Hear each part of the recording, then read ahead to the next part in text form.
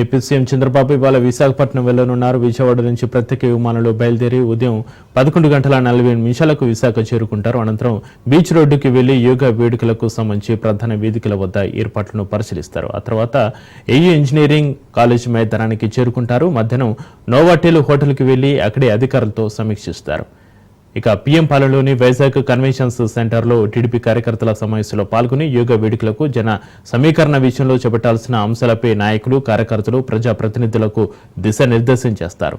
ఇక సాయంత్రం టీడీపీ రాష్ట్ర అధ్యక్షుడు పల్లా శ్రీనివాసరావు ఇంటికి చేరుకుని కుటుంబ సభ్యులను పరామర్శిస్తారు. ఇక రాత్రికల్లా విజయవాడకు బయలుదేరి వెళ్తారు.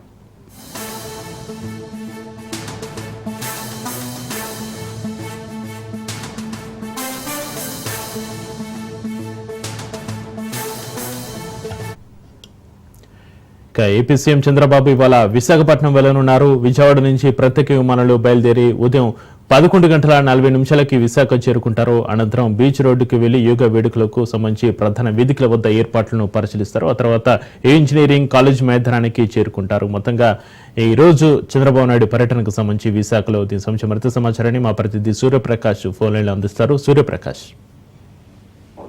చక్రి ఈ రోజు అయితే విశాఖ పర్యటనకి అయితే సీఎం చంద్రబాబు రాబోతున్నారు. ముఖ్యంగా దీనికి సంబంధించి అంతర్జాతీయ యోగా దినోత్సవ ఏర్పాట్లను పరిశీలించడానికి అయితే మొత్తం ఈ రోజు పరిశీలన షెడ్యూల్ అంతా కూడా ఖరారు కావడం జరిగింది.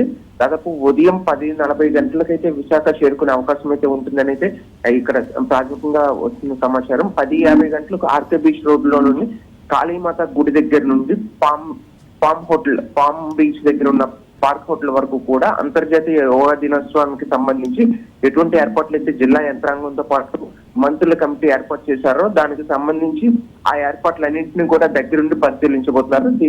యోగా దినోత్సవానికి ముఖ్యంగా అయితే ముఖ్య అతిథిగా వస్తున్న ప్రధానమంత్రి నరేంద్ర మోడీకి సంబంధించి అయితే అక్కడ అతని బస కోసం చేసే ఏర్పాట్లను కూడా పరిశీలించడం అయితే జరుగుతుంది. దాదాపు 11:50 వరకు కూడా ఈ ప్రాంతంలో ఎక్కడ బీచ్ రోడ్ మొత్తం దాదాపు 3.5 కిలోమీటర్లు ఉన్న ఈ పొడవు మొత్తం బీచ్ మొత్తం కూడా వాక్ చేసుకొని మొత్తం పరిశీలించడం అయితే జరుగుతుంది.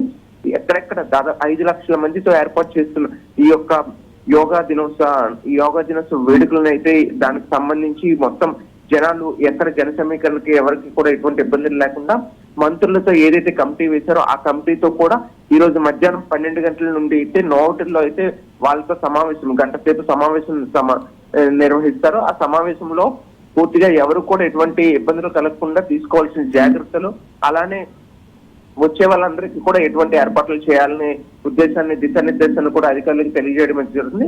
11:45 ఆ సమయంలో అయితే ఏయూ గ్రౌండ్స్ లో కూడా అంటే ప్లాన్ బి గా ఏదైతే తీసుకున్నారో ఒకవేళ వర్షం పడితే ఆర్కే బీచ్ ప్రాంతంలో అయితే ఈ యొక్క కార్యక్రమం చేయడానికి ఇబ్బంది కలుగుతుంది కనుక ప్లాన్ బి గా తీసుకున్న ఆంధ్ర యూనివర్సిటీ ప్రాంతంలో కూడా ఈ యొక్క మొత్తం ఏర్పాట్లు ఎలా ఉన్నాయనే విషయాన్ని కూడా సమీక్షించబోతున్నారు.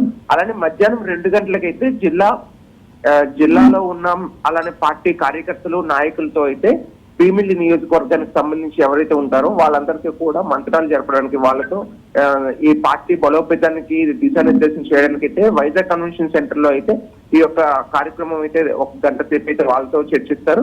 అనంతరం మరలా తిరిగి ప్రయాణంలో అయితే పల్లా శ్రీనివాసరావు వాళ్ళ ఫాదర్ అయితే గత వారం రోజుల క్రితం అయితే చనిపోవడం అయితే జరిగింది. ఆయన్ని పల్లా శ్రీనివాసరావుని అయితే పరామర్శించడానికి కూడా వాళ్ళ ఇంటికి చేరుకోవడం అయితే జరుగుతుంది. ఇదంతా కూడా ఈ రోజు మొత్తం కూడా బిజీగా అయితే సీఎం షెడ్యూల్ అయితే ఈ రోజు పూర్తిగా ఖరారు అవ్వడం అయితే జరిగింది. సీఎం షెడ్యూల్ వల్ల అయితే దాదాపు విశాఖపట్నం మొత్తం కూడా హై అలర్ట్ జారీ చేస్తూ ఎక్కడికక్కడ పోలీసు గస్తీని కాయడం అయితే జరుగుతుంది.